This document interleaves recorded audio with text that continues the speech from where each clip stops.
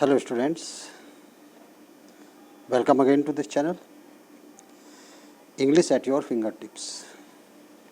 Students, आज हम UP board के क्लास 12 के इंग्लिश प्रोज के 7th चैप्टर को एक्सप्लेन करेंगे। चैप्टर का नाम है the heritage of India.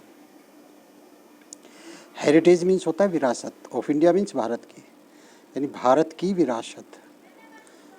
Chapter का नाम है भारत की विरासत और चैप्टर के जो ऑथर हैं, चैप्टर के जो राइटर हैं वो ए.एल. बॉशम।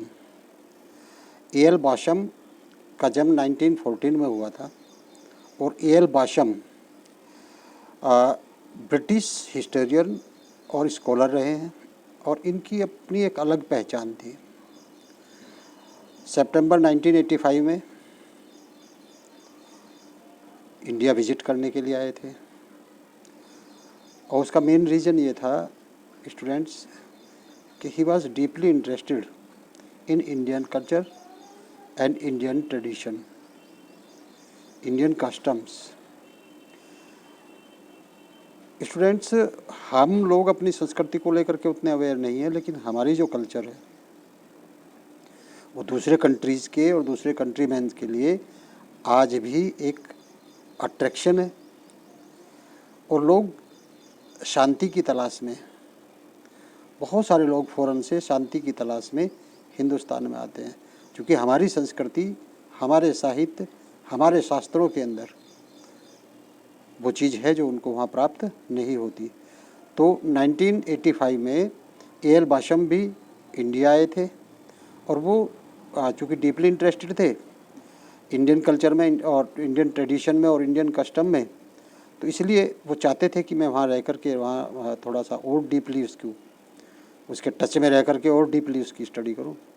लेकिन अनफॉर्चुनेटली क्या हुआ, इंडिया में अपने स्टे के दौरान 27 जनवरी 1986 को कोलकाता में उनकी डेथ हो गई कैंसर होने के कारण। तो ये अनफॉर्चुनेट रहा कि आए तो वो थे डीप स्टडी करने के लिए इंडियन कल्चर, ट्रेडिशन और कस्टम की, लेकिन जैसी प्रभु की इच्छा। जो हमारा प्रेजेंट चैप्टर है उनकी एक प्रसिद्ध बुक है, उससे लिया गया है। उस बुक का नाम है the wonder that was India. Book का नाम है the wonder that was India. तो जो चैप्टर है ये उसी से एक्सट्रैक्ट किया गया है, उसी का एक पीस है। और ये जो बुक है the wonder that was about India, ये एक तरह से इंडियन कल्चर की एक सर्वे है, सर्वेक्षण किया गया हो जैसे। तो इस एक्सट्रैक्ट में यहाँ हमें पता चलता है कि किस तरह से ये एक्सट्रैक्ट हमें रियलाइज़ कराता है प्राचीन भारतीय संस्कृति के बारे में, और वो किस तरह से दूसरी संस्कृतियों को अपने अंदर एसिमुलेट कर लेती है। डिफरेंट कल्चर, देखिए ये विशेषता है इंडियन कल्चर की, वो जो दूसरी कल्चर आती है उन दूसरी कल्चर को अपने अंदर एसिमुलेट कर लेती है, फिर भी कंटिन्यू रहती है और अपने ट्रेडिशन को, अपने कस्टम को और अपने अट्रैक्शन को कभी भी खोती नहीं है। यदि आप देखें तो बहुत सारी संस्कृतियाँ आई हैं, बहुत सारी संस्कृतियों ने आकर के हमारी संस्कृति को प्रभावित किया है। हमारी संस्कृति कुछ हद तक प्रभावित हुई भी है, लेकिन अपने मूल रूप को हमारी संस्कृति ने कभी नहीं खोया है। तो जो प्रेजेंट चैप्टर है वो भी कुछ इसी तरह का रियलाइज़ कराता है कि हमारी संस्कृति कितनी ग्रेट है, हमारी संस्कृति कितनी महान है, कि बहुत सारी संस्कृतियों को अपने अंदर एसिमुलेट कर लेती है और फिर भी अपनी जो अट्रैक्शन है उसको लॉस्ट नहीं करती और कंटिन्यू रहती है। और यह राइटर का भी यही कहना है कि इंडियन कल्चर कभी भी समाप्त नहीं होगी और ये लगातार अपने अट्रैक्शन को बनाए रखेगी और लिव फॉर लॉन्ग और लिव लॉन्ग लास्ट, हमेशा जीवित रहेगी। तो स्टूडेंट्स, आइए देखते हैं the heritage of India, A L. Basham का लिखा हुआ। पैराग्राफ वाइज चलते हैं। फर्स्ट पैराग्राफ देखते हैं। Ram Mohan Roy had sounded the theme with his passionate advocacy of social reform. Vivekanand repeated it with a more national timber when he declared that the highest form of service of the great mother was the social service. Other great Indians, chief of whom was Mahatma Gandhi, developed the theme of social service as a religious duty, and the development continues under Gandhiji's successors. क्या कहता है L बॉशम? L बॉशम कहता है कि Ram Mohan Roy had sounded means होता है आवाज़ उठाना। राम मोहन राय ने आवाज़ उठाई। द थीम मीन्स होता है कथानक, विषय वस्तु। विद हिज पैशनेट एडवोकेसी, अपनी जोरदार वकालत से किसकी आवाज़ उठाई? ऑफ सोशल रिफॉर्म, समाज सुधार की। राम मोहन राय एक महान समाज सुधारक रहे हैं भारत के, और राम मोहन राय ने, राइटर यहाँ कहता है कि राम मोहन राय ने अत्यधिक वकालत करते हुए समाज सुधार की आवाज़ उठाई। समाज सुधार विषय को ज़बरदस्त वकालत करते हुए उठाया कि समाज सुधार किया जाना चाहिए, समाज में सुधार की अत्यंत आवश्यकता है। उसके बाद आते हैं Vivekananda. Repeated it with a more nationalist timber.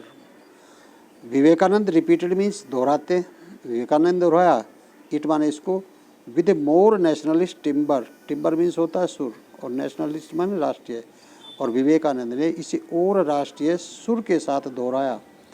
When he declare, जब उसने यह घोषित कर दिया, that the highest form of service of the great mother, great mother means महान माता, और महान माता किसको कहा गया? भारत माता को। देखिए हमारी संस्कृति है कि हम अपनी जन्मभूमि को भारत माता कह करके, हमारी संस्कृति है। बाकी यदि आप कहीं और दूसरी जगह जाएंगे तो आप, ऐसा नहीं हो सकता कि वहाँ जननी जन्मभूमि कहा जाए, लेकिन यहाँ उस धरती को जहाँ हमने जन्म लिया है उसको हम माता कहते हैं। तो यहाँ ग्रेट मदर का मतलब भारत माता से। तो Vivekananda repeated it with a more national timbre. Vivekananda ने इसको और राष्ट्रीय स्वर से दोहराया। वैन ही डिक्लेयर, जब उन्होंने घोषित कर दिया, that the highest form of service of the great mother, कि भारत माता की सर्वश्रेष्ठ सेवा करना क्या है? वाज द सोशल सर्विस, समाज सेवा करना है। यानी यदि कोई भारत माता की सेवा करना चाहता है तो उसकी जो सर्वश्रेष्ठ फॉर्म है, जो सर्वश्रेष्ठ अवस्था है, जो हाईएस्ट फॉर्म है, वो है कि हम समाज सेवा करें। यानी समाज सेवा करना विवेकानंद ने भारत माता की सेवा करना बताया। तो इसको राष्ट्रीय स्वर से जोड़ दिया गया। Other great Indians, chief whom was Mahatma Gandhi. और अन्य महान भारतीय, चीफ ऑफ हुम, जिनका मुख्य आवाज़ महात्मा गांधी थे, डेवलप्ड मीन्स विकसित किया, द थीम माने इस विषय को, ऑफ सोशल सर्विस, समाज सेवा के। जो और अन्य महान भारतीय थे उन्होंने समाज सेवा विषय को एज ए रिलीजियस ड्यूटी, क्या बता दिया? रिलीजियस ड्यूटी मीन्स धार्मिक सेवा, कि समाज सेवा करना एक प्रकार से धार्मिक सेवा है। इट मीन्स यदि आप धार्मिक सेवा करना चाहते हैं, यदि आप समाज सेवा करना चाहते हैं तो समाज सेवा आपका धार्मिक कर्तव्य है। यानी जिस तरह से आपके रिलीजियस ड्यूटीज़ होती हैं, तो सोशल सर्विस भी एक तरह से आपकी रिलीजियस ड्यूटी है। रिलीजियस ड्यूटी में जिस तरह से लोग अपने धार्मिक कर्तव्य समझते हैं, तो उन्होंने बताया कि समाज सेवा करना भी एक प्रकार का धार्मिक कर्तव्य है। एंड द डेवलपमेंट, और विकास कंटिन्यूज, अग्रसर है, अंडर गांधी जी के सक्सेसर्स मीन्स उत्तराधिकारी, और गांधी जी के उत्तराधिकारियों के अधीन आज भी ये समाज सुधार का जो विषय है वो लगातार विकसित हो रहा है। यानी समाज सेवा की सबसे पहले बात किसने? राजा राम मोहन ने उठाई। उसके बाद विवेकानंद ने उसको राष्ट्रीय स्वर देते हुए कहा कि समाज सेवा भारत माता की सेवा है। उसके बाद जो अन्य महान भारतीय थे जिनके मुखिया महात्मा गांधी थे, उन्होंने ये घोषित किया कि समाज सेवा आपकी धार्मिक ड्यूटी है, आपका धार्मिक कर्तव्य है। और इस तरह से समाज सेवा नामक जो विषय है उसमें आज भी वो लगातार गांधी जी के उत्तराधिकारियों के अधीन चल रहा है, विकसित हो रहा है, और उसमें लगातार उत्तरोत्तर वृद्धि हो रही है। सेकंड पैराग्राफ देखते हैं स्टूडेंट्स। महात्मा गांधी, कुछ महात्मा गांधी के बारे में बताते हैं। Sorry, Mahatma Gandhi was looked by many, both Indian and European, as the epitome of Hindu tradition. Mahatma Gandhi was looked on माने माना जाता है, by many माने बहुत से, इंडियन माने भारतीय, यूरोपियन माने यूरोपियन, बहुत से भारतीय दोनों दोनों बहुत से भारतीय और यूरोपियन को द्वारा क्या माना जाता है, as the epitome of Hindu tradition. Mahatma Gandhi को एपिटोम मंच प्रतीक होता है ऑफ इंडियन ट्रेडिशन माने भारतीय और हिंदू परंपरा का. बहुत सारे भारतीय और बहुत सारे यूरोपियन के द्वारा महात्मा गांधी को हिंदू संस्कृति का, हिंदू परंपरा का प्रतीक माना जाता है. लेकिन राइटर कहता है but this is a false judgement. लेकिन ये फॉल्स माने झूठा जजमेंट मीन्स निर्णय, लेकिन झूठा निर्णय है. फॉर माने क्योंकि ही वॉज मच इन्फ्लुएंस, वो अधिक प्रभावित था बाई वेस्टर्न आइडियाज़, पाश्चात्य विचारों से. क्योंकि महात्मा गांधी को बहुत सारे यूरोपियन और बहुत सारे भारतीय क्या मानते हैं कि वो हिंदू परंपरा का प्रतीक था. लेकिन राइटर क्या कहता था, ये एक फॉल्स जजमेंट है कि झूठा निर्णय है, क्योंकि महात्मा गांधी वेस्टर्न आइडियाज़ से ज़्यादा प्रभावित थे, ज़्यादा इन्फ्लुएंस थे. गांधी जी बिलीव्ड मीन्स विश्वास करते थे in the fundamental of ancient culture. अपनी प्राचीन संस्कृति के फंडामेंटल्स मीन्स आधारभूत सिद्धांतों में विश्वास करते थे. गांधी जी भारतीय संस्कृति की, भारतीय प्राचीन संस्कृति के आधारभूत सिद्धांतों में विश्वास करते थे. But his passionate love of passionate means अत्यधिक, लव ऑफ अंडरडॉग माने दलितों के प्रति, लेकिन दलितों के प्रति उनका अत्यधिक प्रेम. And his antipathy to caste, antipathy means होता है घृणा, टू कास्ट माने जाति पाति के प्रति, और जाति पाति के प्रति उनकी घृणा और दलितों के प्रति उनका अत्यधिक प्यार. दो नोट अनप्रेसिडेंटेड इन एंशिएंट इंडिया, यद्यपि प्राचीन भारत में अनप्रेसिडेंटेड था, यानी प्रचलन में ही नहीं था. प्राचीन भारत में वो प्रचलन में नहीं था. वर ऑर्थोडॉक्स इन द एक्सट्रीम, और उस टाइम क्या था, बहुत ज़्यादा रूढ़िवादिता थी. दलितों के प्रति प्यार, जाति पाति के प्रति एंटीपैथी उस टाइम नहीं थी. लेकिन महात्मा गांधी इस मामले में अनऑर्थोडॉक्स थे. एक्सट्रीम मीन्स अत्यधिक, और अनऑर्थोडॉक्स, ऑर्थोडॉक्स मीन्स होता है रूढ़िवादी, और अनऑर्थोडॉक्स मीन्स होता है अरूढ़िवादी थे. एंड ओव्ड टू मोर यूरोपियन, और वो ओव्ड मीन्स ऋणी थे, मोर टू यूरोपियन, यूरोपियन के 19वीं सेंचुरी 19वीं शताब्दी में लिबरलिज्म, उदारवाद के, than anything to India typical of Hinduism. Writer कहता है कि दलितों के प्रति उनका बहुत ज़्यादा अधिक प्यार, जाति पाति के प्रति उनकी अरुचि या उनकी घृणा उस समय भारत में प्रचलन में नहीं थी, क्योंकि उस समय भारत में जाति पाति का भेदभाव भी था, दलितों के प्रति तो प्यार नहीं था उस टाइम. ऐसा नहीं कि प्राचीन में यदि हम देखते हैं रामायण के टाइम में, महाभारत के टाइम में, तो इस तरह का कुछ भी हमें देखने को नहीं मिलता. रामायण में प्रभु रामचंद्र की मित्रता निषाद राज गुह से थी, जबकि निषाद राज गुह शेड्यूल कास्ट से थे. तो उस टाइम नहीं था, लेकिन बीच में आकर के कुछ नैरो माइंडेडनेस आई होगी, जिसके कारण बीच में प्रचलन में नहीं था दलितों के प्रति प्यार और जाति पाति का भेदभाव था. लेकिन महात्मा गांधी इस बारे में क्या थे, अनऑर्थोडॉक्स थे, और अनऑर्थोडॉक्स इन एक्सट्रीम, अत्यधिक अनऑर्थोडॉक्स थे. And out more to European, क्यों, क्योंकि वो यूरोपियन संस्कृति से अधिक प्रभावित थे. किससे, यूरोपियन संस्कृति से अधिक प्रभावित थे. और 19वीं सेंचुरी लिबरलिज्म और 19वीं शताब्दी के उदारवाद से वो प्रभावित थे. Than to anything Indian, Bharat के किसी भी दृष्टिकोण की अपेक्षा वो 19वीं शताब्दी के उदारवाद से अधिक प्रभावित थे. स्टूडेंट्स कई बार यहाँ से, जहाँ अब हम आ चुके हैं, यहाँ से कई बार एक्सप्लेनेशन के लिए भी आता है, और कई बार यहाँ से कॉम्प्रिहेंशन पैसेज भी आता है. His faith in non violence, his faith means उनका विश्वास, उनकी आस्था, इन नॉन वायलेंस मीन्स अहिंसा में, अहिंसा में उनका विश्वास. Was as we have seen, जैसा हमने देखा है, क्योंकि कहते महात्मा गांधी अहिंसावादी थे और उनका अहिंसा में गहरा विश्वास था.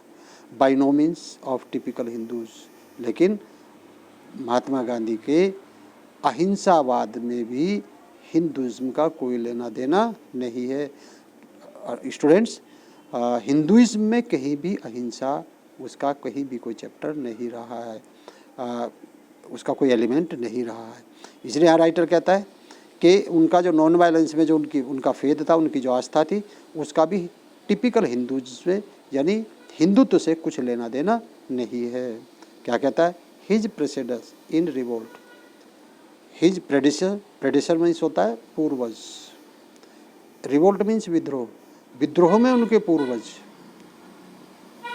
प्रेसिडर मीन्स पूर्वज, रिवोल्ट में विद्रोह, विद्रोह में उनके पूर्वज यानी उनसे पहले जो विद्रोह जिन्होंने किया था कौन थे? द एबल मराठा ब्राह्मण बीजी तिलक, मराठा ब्राह्मण बाल गंगाधर तिलक एंड गांधी जीज इम्पिटेंट लिeutenant, और गांधी जी के कट्टर समर्थक कौन? सुभाष चंद्र बोस।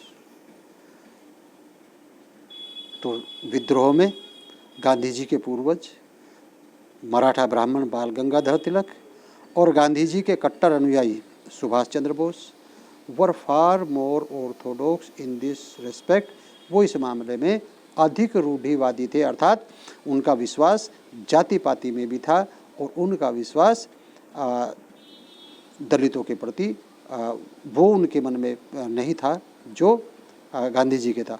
तो बाल गंगाधर तिलक और सुभाष चंद्र बोस इस मामले में कुछ ज़्यादा ऑर्थोडॉक्स थे। ऑर्थोडॉक्स मीन्स रूढ़िवादी कह सकते हैं आप और कट्टर कह सकते हैं। तो सुभाष चंद्र बोस और बाल गंगाधर तिलक महात्मा गांधी की अपेक्षा अधिक कट्टर थे इस मामले में। फॉर गांधी जी पैसिफिज्म, जहाँ तक गांधी जी के पैसिफिज्म मीन्स शांतिवाद की बात आती है।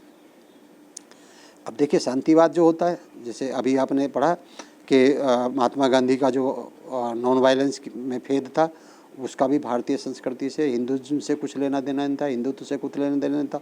और ठीक कंडीशन यहाँ क्या कही कि गांधी जी का जो पैसिफिज्म था, पैसिफिज्म शांतिवाद, we must look to sermon on the mount, Isa Masih के द्वारा दिए गए सरमन ऑन द माउंट नामक स्पीच एंड टॉल्स्टॉय से वो अधिक प्रभावित थे।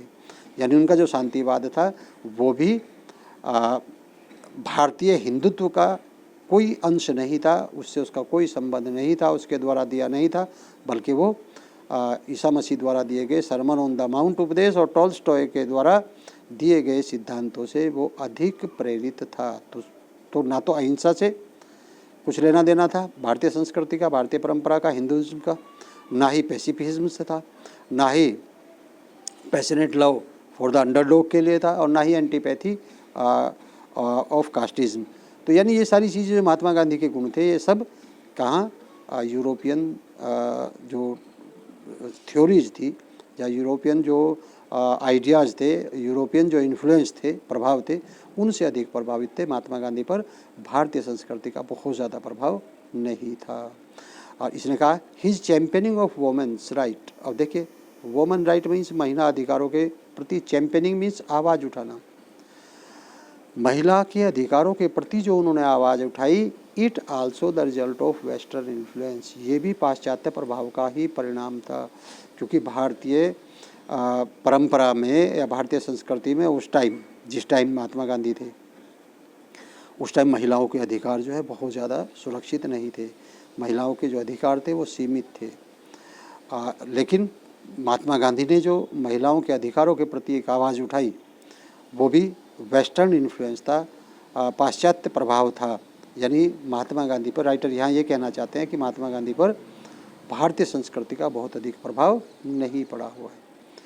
इन इस सोशल कॉन्टेक्स्ट, जहाँ तक उनका सामाजिक संदर्भ है, he was always rather N innovator, वो हमेशा क्या थे? इनोवेटर थे। इनोवेटर मीन्स आधुनिक थे, देन कंजर्वेटिव, कंजर्वेटिव मीन्स रूढ़िवादी, परंपरावादी। तो परंपरागत नहीं थे वो, रूढ़िवादी नहीं थे।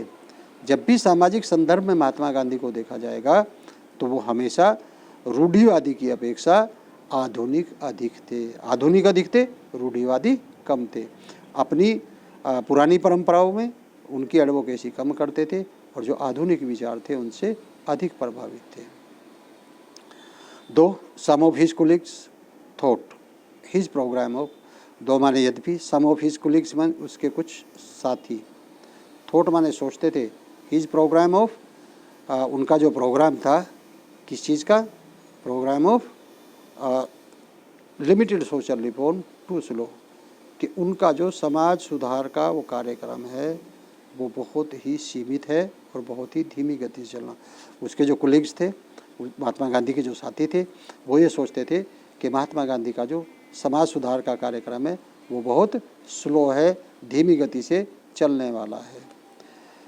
ऐसा यद्यपि सोचते थे। He succeeded in shifting the whole emphasis of Hindu thought towards a popular and egalitarian social order. फिर भी ही सक्सीडेड, वो सफल हुए। इन शिफ्टिंग मीन्स बदलने में, द होल माने संपूर्ण, एम्फासिस माने जोर, ऑफ हिंदू थॉट माने हिंदू विचारों का, टुवार्ड्स माने की ओर, ए पॉपुलर माने प्रसिद्ध, एंड इक्वलिटेरियन मीन्स समान, सोशल मीन्स सामाजिक, ऑर्डर मीन्स प्रणाली। तो यह राइटर कहता है कि यद्यपि उसके कुछ साथी ये समझते हैं कि महात्मा गांधी का जो समाज सुधार का कार्यक्रम था वो लिमिटेड था और बहुत स्लो था, फिर भी वो हिंदू विचारों का जो बल था उसको संपूर्ण रूप से तो नहीं लेकिन काफ़ी हद तक उन विचारों में परिवर्तित करने में सफल हुए जिसमें सामाजिक प्रणाली की समानता की बात की जाती है। तो प्रसिद्ध समानता सामाजिक प्रणाली की तरफ महात्मा गांधी, बेशक उनके कार्यक्रम को, सोशल रिफॉर्म के कार्यक्रम को धीमा माना जाता है, लेकिन फिर भी वो काफ़ी हद तक इसमें सफल हुए। किसकी अपेक्षा? In place of the hierarchy of class and caste. किसकी अपेक्षा? वर्ग और जाति पाति के भेदभाव की अपेक्षा महात्मा गांधी समाज में एक समानता का प्रणाली, समानता का एक प्रयास करने में सफल हुए। और राइटर कहता है, following up the work of many less well known 19th century reformers. और उसके बाद का जो कार्य है वो बहुत सारे लेस, कम, वेल नोन, प्रसिद्ध 19th सेंचुरी रिफॉर्मर्स। इसके बाद का जो कार्य है 19वीं शताब्दी के बहुत सारे कम प्रसिद्ध समाज सुधारकों का है। Gandhi ji and his followers of Indian National, Gandhi ji और उसके जो अनुयायी थे, फॉलोअर्स मीन्स अनुयायी ऑफ इंडियन नेशनल कांग्रेस, भारतीय राष्ट्रीय कांग्रेस के, हैव गिवन, उन्होंने दी है न्यू ओरिएंटेशन मीन्स एक नई दिशा। महात्मा गांधी और उसके भारतीय राष्ट्रीय कांग्रेस के अनुयायियों ने भारतीय संस्कृति को एक नई दिशा दी है। ए न्यू लाइफ, एक क्या दिया है? एक नया जीवन दिया है। किसको? हिंदू कल्चर, हिंदू संस्कृति को। आफ्टर सेंचुरीज ऑफ स्टैग्नेशन, जो शताब्दियों से स्टैग्नेशन मीन्स होता है निर्जीव या मृत प्राय पड़ी थी। तो महात्मा गांधी और उसके भारतीय राष्ट्रीय कांग्रेस के बहुत सारे अनुयायियों ने हिंदू संस्कृति को एक नई दिशा दी है, एक नया जीवन दिया है जो शताब्दियों से निर्जीव या मृत प्राय पड़ी हुई थी।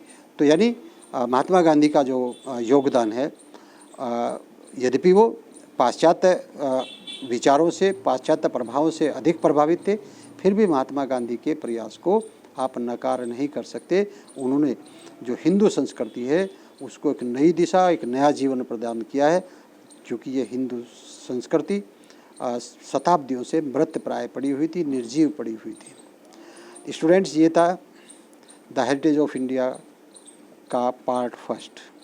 इसके बाद का जो चैप्टर के रिमेनिंग पार्ट है उसको आप इसके पार्ट सेकंड में देखेंगे मेरी आने वाली अगली वीडियो में। स्टूडेंट्स, यदि आप लोगों ने चैनल सब्सक्राइब नहीं किया है तो चैनल को सब्सक्राइब करिए, लाइक और शेयर कीजिए, अपने साथी जो स्टूडेंट्स हैं उनके साथ शेयर कीजिए, उन्हें बताइए कि वो भी इन वीडियो से अधिक लाभ उठा सकते हैं, अपनी तैयारी बेहतर तरीके से कर सकते हैं। तो स्टूडेंट्स, मिलते हैं नेक्स्ट वीडियो में। Thank you very much, bye bye.